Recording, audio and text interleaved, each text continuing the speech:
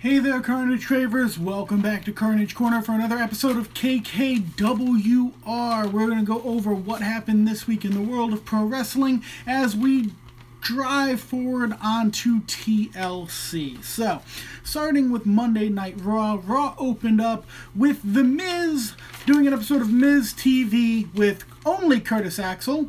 I don't know where Bo Dallas is, but I didn't miss him. And The Miz did another rendition of The Mizzies, which is eye-rolling at best. He gave a Mizzy to Curtis Axel, he gave one to Cesaro and Sheamus to share, and apparently to have one for himself. Roman Reigns came out. He said things. I didn't listen. Listening to Roman talk is kind of like listening to somebody chew. You never want to do it. What? Hey, TK, how you doing, brother? So, yeah, listening to Roman talk is kind of like listening to somebody chew. Nobody really wants to do it. Roman did, however, after Miz talked about the Shield reunion being hype, Roman said that there was no hype and brought out Seth and Dean. Now, this was kind of lackluster in my opinion.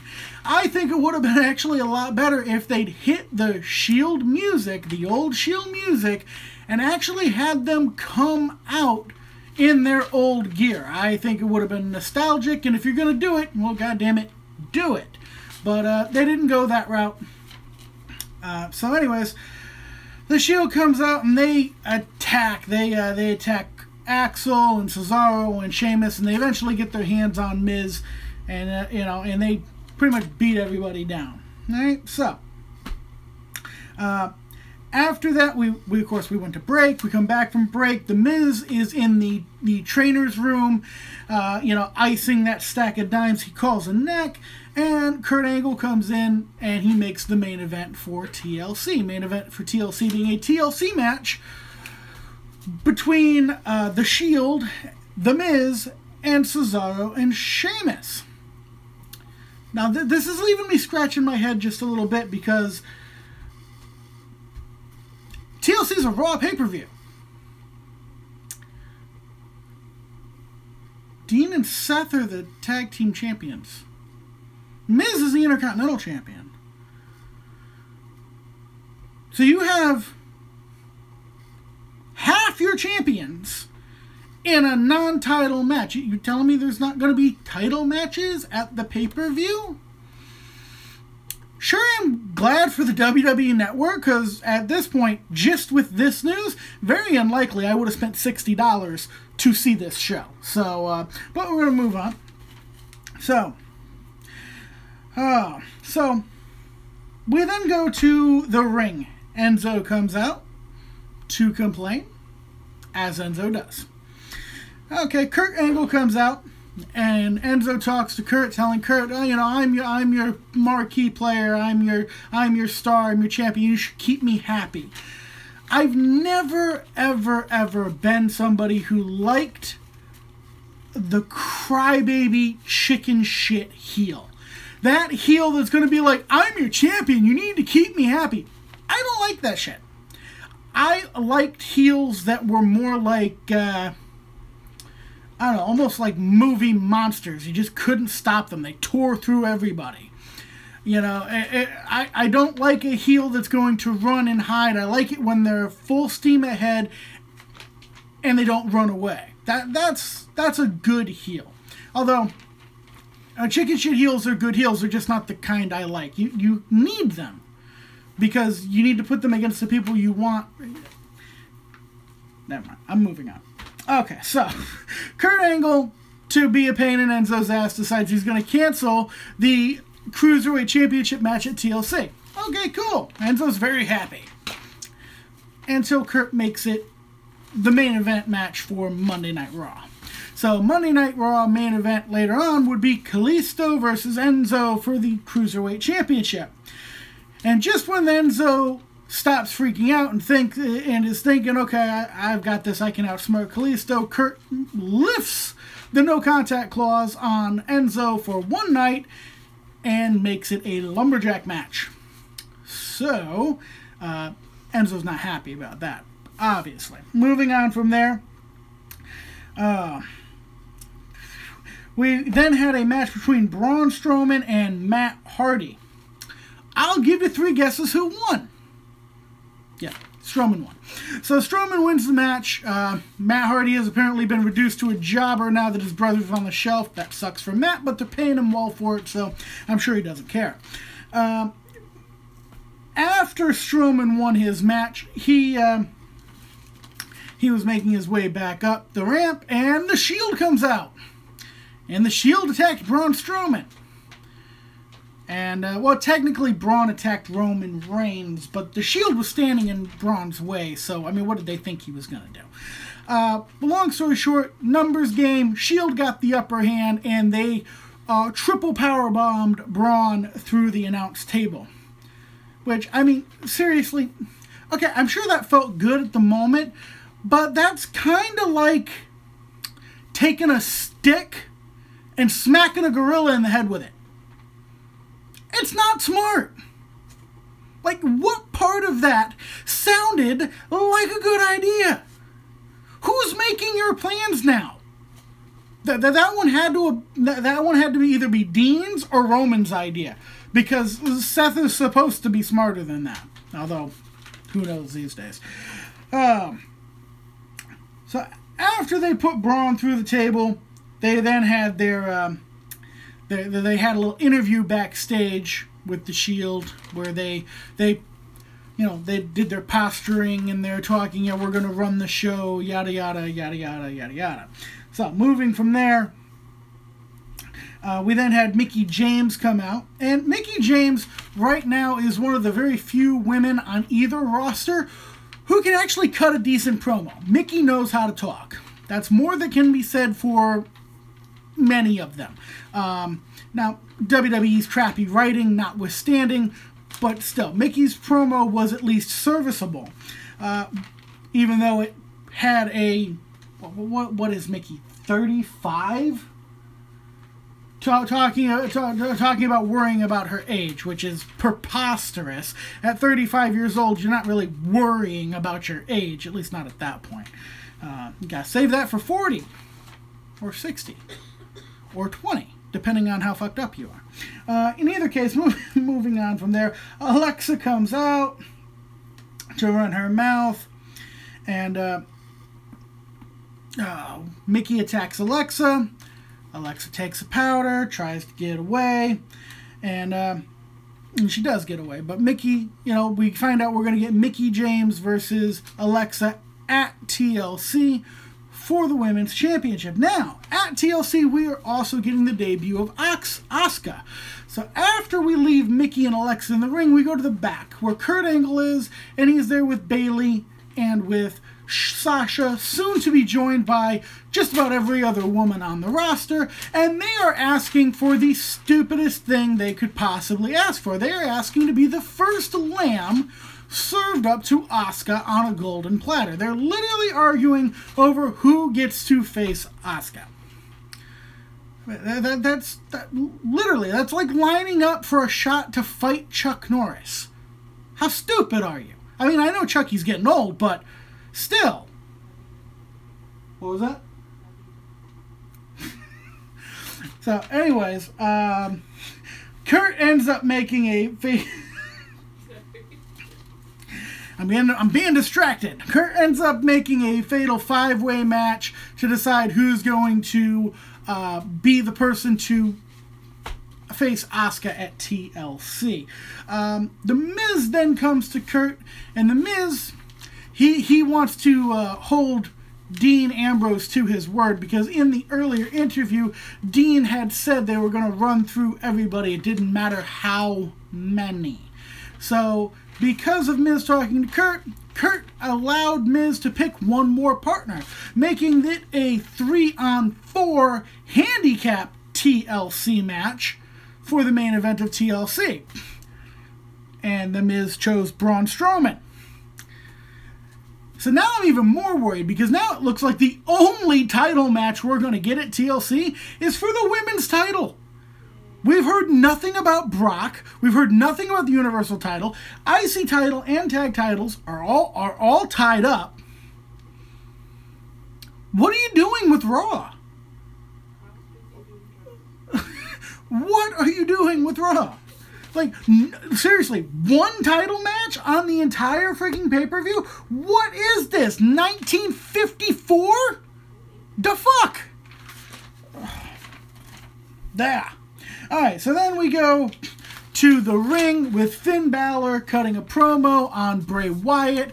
And as per usual, when they start talking about Bray Wyatt, I usually go make a cup of coffee or go, take a leak or anything to get away from having to listen to Bray Wyatt talk. Bray Wyatt did come onto the Titantron, and I actually did catch part of it, where they used a screen effect to supposedly turn Bray Wyatt into Sister Abigail. This is the stupidest thing I have ever seen in my life, and I watched the Katie Vick angle live, damn it!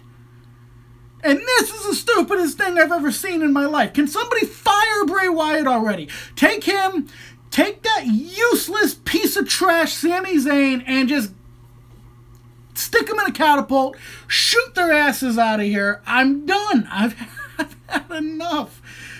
Oh. We then went into the Fatal 5-Way match for the right to face Asuka. Nobody mentioned it being an elimination match beforehand, but all of a sudden it was an elimination match. Go figure. And then Emma wins the elimination match. So it'll be Emma versus Asuka, and this was funny. This was funny because after Emma wins, Jess looks at me and she goes, why did Emma win? Well, it's very simple why Emma won. Emma won because they're not going to bring Asuka in for her debut and have her lose.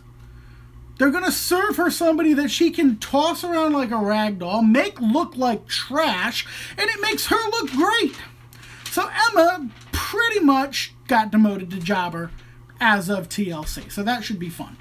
All right, so moving on from there, we had an interview with Kalisto, where Kalisto talked about looking up to wrestlers such as Eddie Guerrero and Rey Mysterio, and how, he was going to, he was dedicating it because it would have been Eddie Guerrero's birthday if Eddie was still with us, and that apparently he was going to dedicate his performance to Eddie Guerrero, which, I mean, not for nothing, Eddie's whole gimmick was that he would do anything to win. Eddie's whole gimmick was lying, cheating, and stealing, which doesn't exactly line up with the way Kalisto does things. So it was an odd statement to make, but he made it nonetheless, and that's fine. So then we go into Enzo versus Kalisto in a lumberjack match for the Cruiserweight title. As always with a lumberjack match, the lumberjacks became a factor. The lumberjacks became a factor because Mustafa Said, no, not Mustafa Said, what the hell? It's not 1997 ECW, Kenneth. Mustafa Ali, they don't even look alike either. Holy crap, what was that? Mustafa Ali yanked Enzo out of a pinfall attempt. Enzo actually did have that match won, but Mustafa Ali did not allow that, which led to Kalisto doing a Salito del Sol off the top rope. Now, I cringe watching him do that move normally, but to watch a guy fall backwards and, basically land on his ass, if he's lucky. Hopefully he's got everything hoisted up there. Otherwise, God, talk about insanely painful. I can't watch him do that move. I freaking cringe. It's like, Jesus. God forbid there's thumbtacks in the ring. You'll be having a real bad freaking day. So, long story short, Kalisto becomes Cruiserweight champion. I don't think anybody's really surprised. I would have been more surprised if Enzo had actually managed to keep the belt. And that's how they closed out Raw. So then the next night we had SmackDown, obviously. Now, SmackDown's coming off the heels of Hell in a Cell. And SmackDown actually opened with a promo from the Usos, who called out the New Day, and then proceeded to have an ass-kissing fest about how they're the best 2 tag teams in the division. What was that? That was weird. Yeah, it was weird. So, and ended with them saying, basically saying the 2 teams have respect for each other. Nobody gives a damn. Nobody cares if you have respect for each other. Okay? The Usos are supposed to be bad guys, right? They're not supposed to do the whole respect thing. And the New Day, they're supposed to be good guys. They're not good guys, though, because they got a pack mentality, and they cheat to win constantly. But neither here nor there, back on tribe. The Hype Bros come out to run their mouths. Chad Gable and Shelton Benjamin come out and basically tell the Hype Bros, yeah, guys, back of the line, we just whipped your asses. And then Breezango comes out to apparently pose with a selfie stick. I don't know what else they're going to do. The Ascension comes out. Oh, how the mighty have fallen. What are you doing with the Ascension? Seriously. What are you doing with the Ascension? Anyways, Daniel Bryan comes out. He makes a fatal 4-way match, tag team match, to decide the new #1 contenders for the Usos Tag Team Championships between the Hype Brothers, the Ascension, Breezango, and Benjamin and Gable. Give you 3 guesses who won. Yes. Benjamin and Gable won. Why? Because Chad Gable's awesome, A, I'll preface that, but B, he has Shelton Benjamin. Shelton Benjamin more decorated than anybody else in the damn ring. IC champion, United States champion, multiple-time tag team champion. Like, it would make no sense if they didn't win.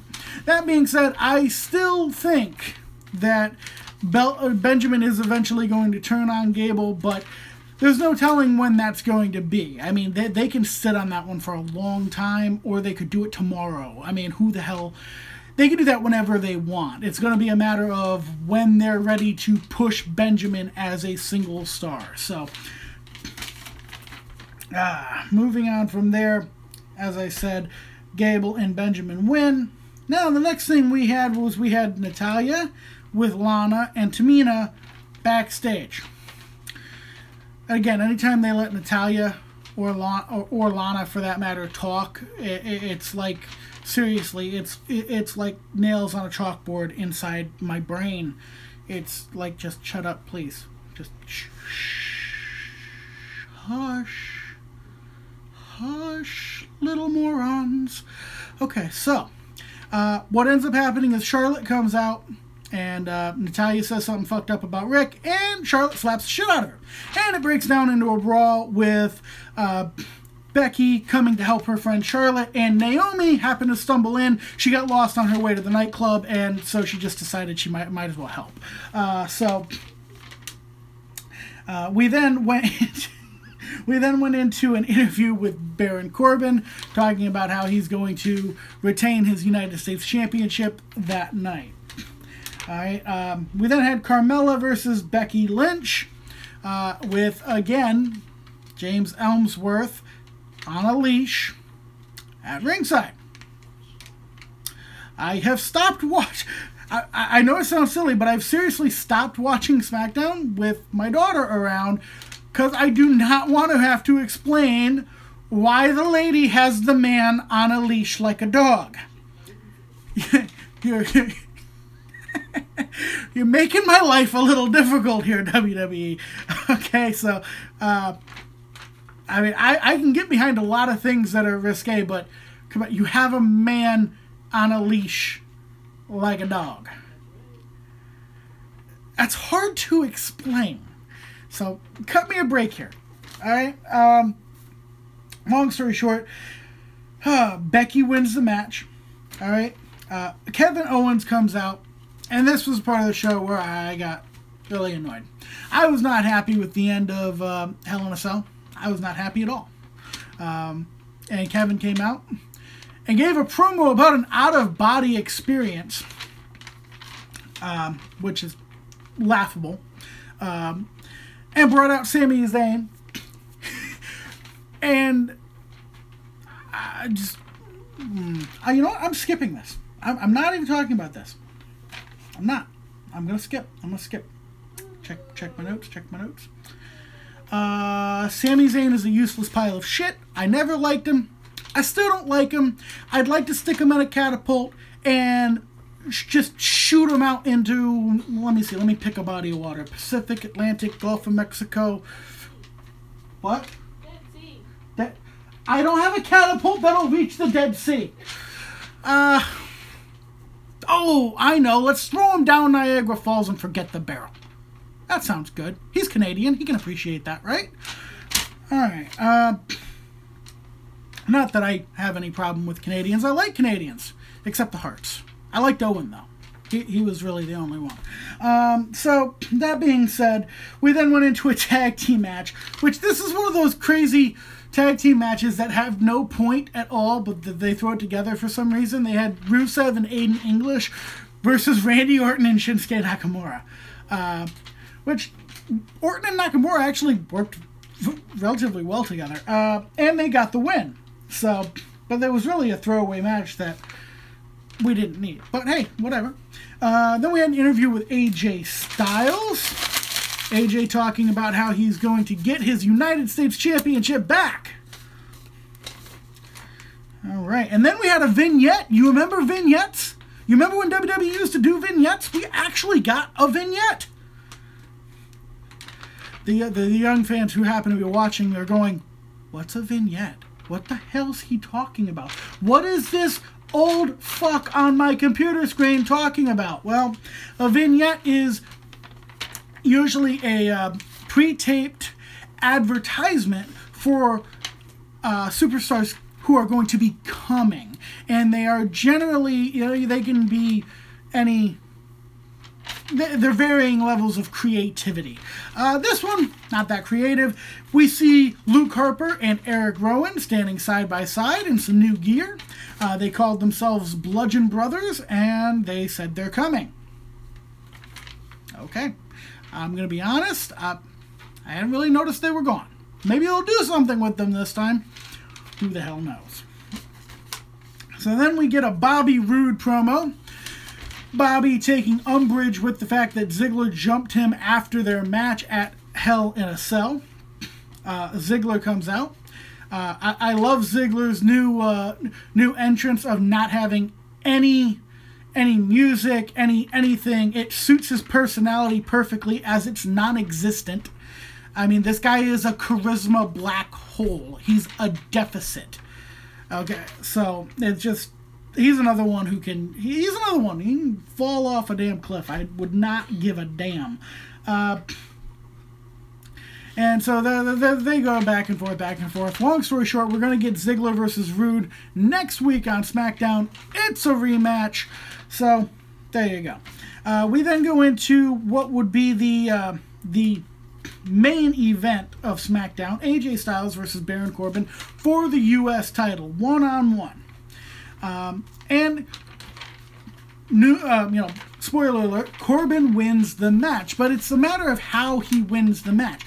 Corbin managed to outlast Styles, letting Styles make a mistake first. So they didn't have it be a cheat to win. They didn't have it be a cheap shot, or they actually had Corbin win because he had the better strategy. That's good if we want people to take Corbin seriously as champion. So, not bad. And then they had a in-ring interview with Corbin exactly afterwards where Corbin talked some shit. But the thing that you don't see is... And it's funny because while the camera is tight on Renee Young and Baron Corbin, what you don't realize is that everybody around, the ring crew around them, is changing the ring over because we're about to go into 205 Live. And then once they shut off the cameras for SmackDown, it's just a matter of, oh, Renee, give us the blue microphone. Here's the purple one. Oh, it's a whole new show. There you go. Behind the curtain for you. So then we go into 205 Live. And Kalisto comes into the ring to get an in-ring interview with Renee. So Renee didn't even leave the ring. How about that? So, and he talks about, you know, having won the Cruiserweight title, and, you know, once again mentions that he had dedicated it to Eddie Guerrero. And then Enzo comes out with Daivari. Enzo talks some shit. Am I the only one who's sick of listening to Enzo talk shit? Like, seriously, he's like a little Muppet. He's like something Jeff Dunham would parade around on a stick with. Like, seriously, he reminds me of, he's the human version of Peanut. That's what Enzo is. Enzo is the human version of Peanut, the ventriloquist dummy. I think I said that right. Doesn't matter. Anyway, so moving on from there. Daivari and Enzo attack Kalisto, and Mustafa Ali comes out to help. Alright? And then we get our main event made later, which would be Kalisto and Daivari versus Mustafa Ali and... No, I got that backwards. Enzo and Daivari versus Mustafa Ali and Kalisto. There we go. Rewriting history there. Can't rewrite history. Alright, so... we then go into... I guess what you could call a grudge match, a Rich Swann versus TJP, 2 out of 3 falls match, and something that normally doesn't happen. Normally, when you have a 2 out of 3 falls match, how does it go? How does it go? You get the the heel earns the early victory, right? And then he gets a bunch of heat on the babyface, and the babyface manages to squeak out a pinfall for that second fall. So now it's 1-1, and then you're biting on nails on every false finish. Okay, who's gonna get the final pinfall? They didn't do that shit. I was actually really surprised, because that's really the cliched normal shit they do for a 2 out of 3 falls match. Now, Swann, 2 falls in a row. I mean, not like right in a row, but TJP didn't even score a fall. So Rich Swann coming out of that looking extremely dominant and still trying to get noticed by the New Day. He wants to join. That's why he does that ridiculous dance, and I'm getting sick of him too. So, moving on. Where was it? Oh, yes. We have Daivari and Enzo backstage talking shit. And then here comes Drew Gulak. All right, and Drew Gulak wants to talk about his PowerPoint presentation.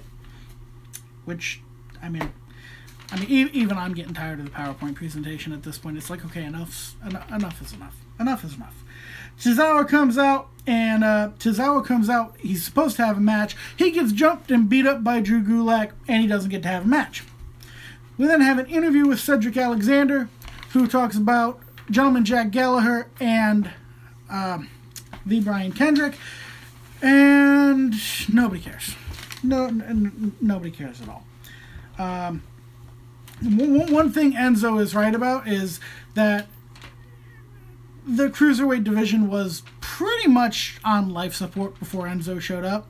It does have some great performers and people who are worth watching. People like the Brian Kendrick and Jack Gallagher and Kalisto now.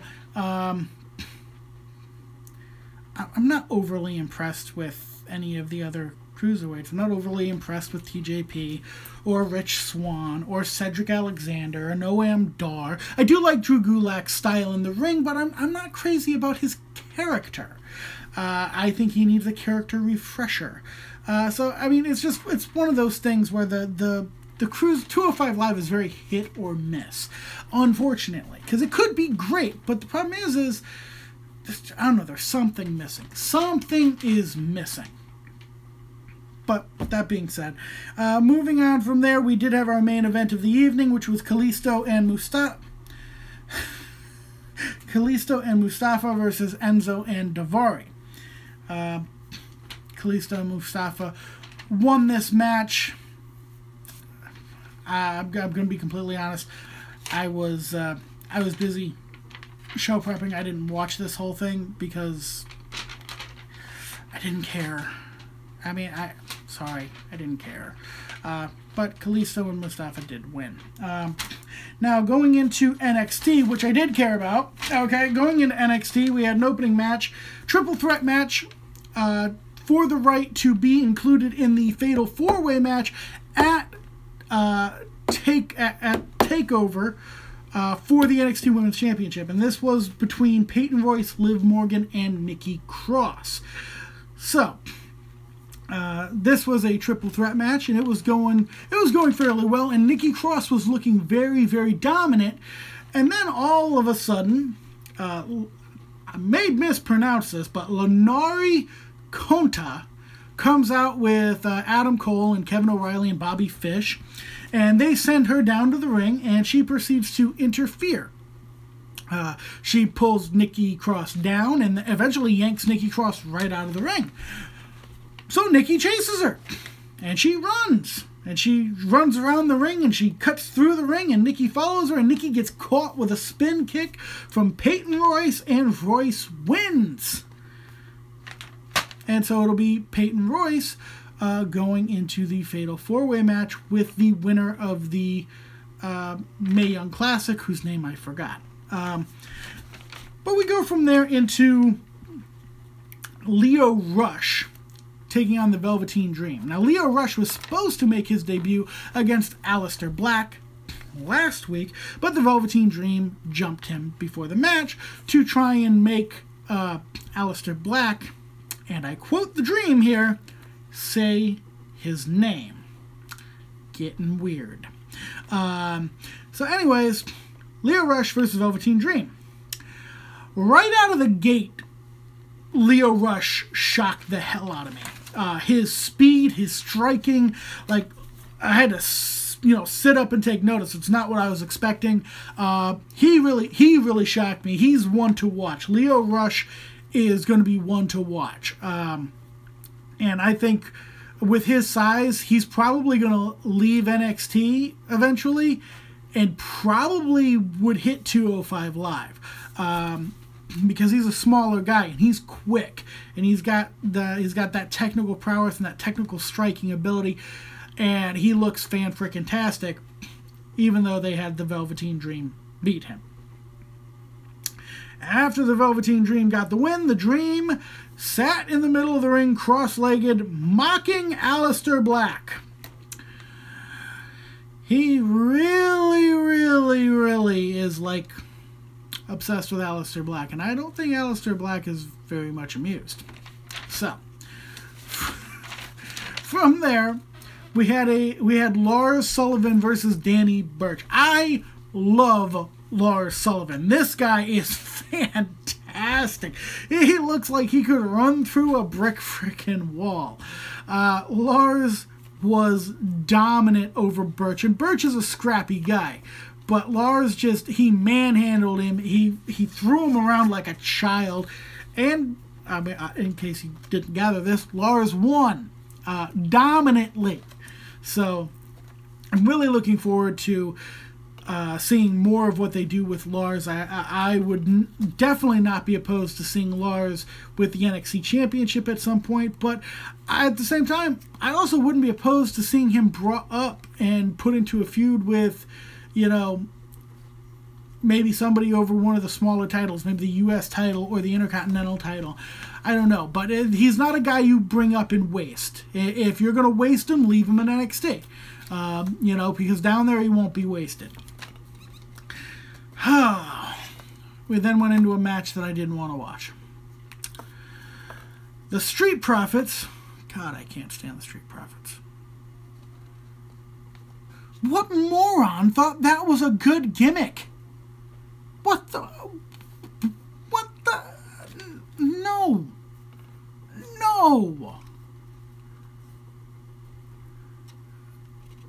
God, is there anybody writing for WWE today that actually has to shave their face? Or do they have an army of maniacal fucking children writing their storylines? This is bullshit. Seriously, what the hell is this shit? I'm calm. I am calm. The Street Profits had a match against Damian Smith and Marcos Espanada. basically they had a match against jobbers. They treated them like jobbers, and they won the match. And then they had their own little tryout for joining the New Day. Done. Just done. Just done. You know what? Next time the Street Profits come out, I may just turn it off. I may just skip it. I don't know how much more of these idiotic 6-foot frickin' 2 gyrating children I can deal with. It's so goddamn annoying. I'm going to move on now. Johnny Gargano versus Andrade Cien Almos. No relation to the Almost guy from Battlestar Galactica. What the hell was his name? I forgot it. Edward James Almost. I remembered. All right, so they had themselves a rematch from TakeOver. Good match. Good match. Johnny Gargano, I mean, neither one of these guys is my favorite guy. Neither one of these guys am I, overly impressed with on a from a character standpoint. Both guys can go in the ring. Nobody's disputing that. But, I mean, Andrade Cien Almos is quickly taking a back seat to Zelina Vega, who is his manager, and that's never good. I mean, that's never good. Ask the Body Donnas if it's a good thing when you're taking a back seat to your manager. So, I just realized that none of you watching probably even know who the Body Donnas are. God, I feel old. All right, so to make a long story short, Almost won the match. Again, I'm waiting for this guy to lose a match so that I can say almost won. It's a horrible joke. I'm sorry. It's a horrible joke, but I am waiting to say that because I think it's funny. But Almost wins, and that was the end of NXT. So, and that concludes our WWE programming for the week. I will be coming back at you next week, catching up on WWE programming once again, and not this Sunday, but next Sunday is the TLC pay-per-view. So as long as I'm not breaking rocks, I will be going live, and you can enjoy the carnage, or lack thereof, because it's TVPG, with me. Till next time, I am Ken Carnage. Remember, carnage is right around the corner.